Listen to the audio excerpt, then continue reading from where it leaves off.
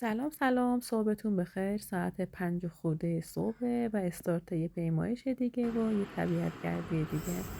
پری خانم مثل همیشه اومد دنبالم که بزنیم تو دل جاده.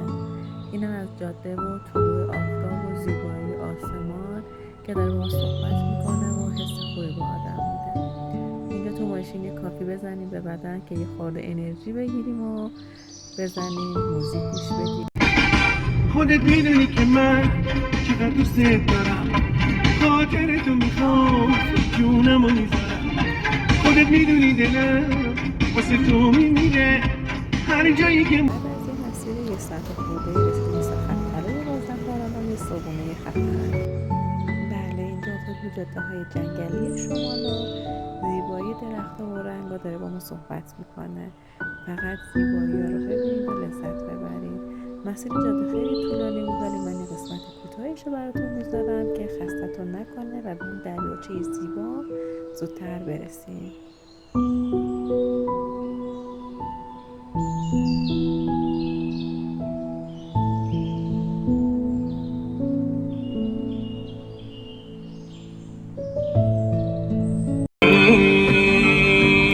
بذار نگات کنم تو رو یه عالمه، هر چی ستات کنم تو رو بازم کمه. با اینکه میدونم تهش برام غمه،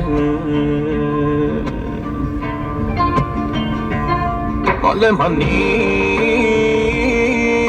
دو چارم نمیدونه. بله، آخرای جاده است و ما هرچی نزدیکتر میشیم زیباییاش بیشتر میشه. کم کم باید ماشین رو یه جایی پارک بکنیم و استارت پیمایشش رو بزنیم، چون دیگه ماشین ما آفرود نیست و باید بزنیم تو دل جاده خاکی. اینم از مسیر زیبای پیاده رویش که صدای خشخش برق حالتو خوب میکنه. اینجا دیگه رسیدیم و وسیله هامون رو اوکی کردیم، نشستیم یه استراحت بکنیم و پریسام قلیونش رو بکشه. بعدش بریم برای عکاسی و داخل جنگلش رو بگردیم و زیباییاشو فقط بهتون نشون بدم. بعد ببینید اینجا بچه‌ها افتادم تو گل برای اینکه چند تا عکس بگیرم، منظرش قشنگ بشه. گلی شدم حسابی. این هم از عکسایی که گرفتم به خاطر اینکه اینجوری گلی شدم.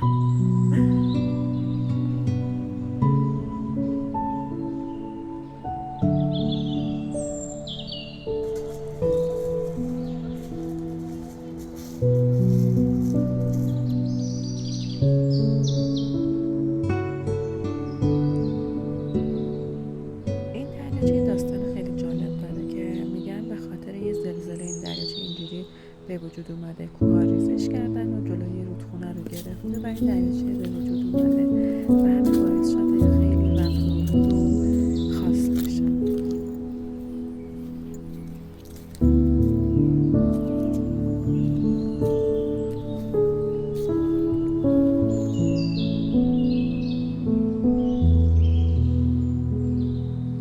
کم کم برگردیم و یه نهار بخوریم و برگردیم به سمت خونه. یه آش دوغ دلتون نخواد زدیم به بدن و استارت برگشت رو زدیم. اینجا پریسا خیلی خسته یکم استراحت کردیم که ادامه مسیر رو بریم و برسیم به ماشین.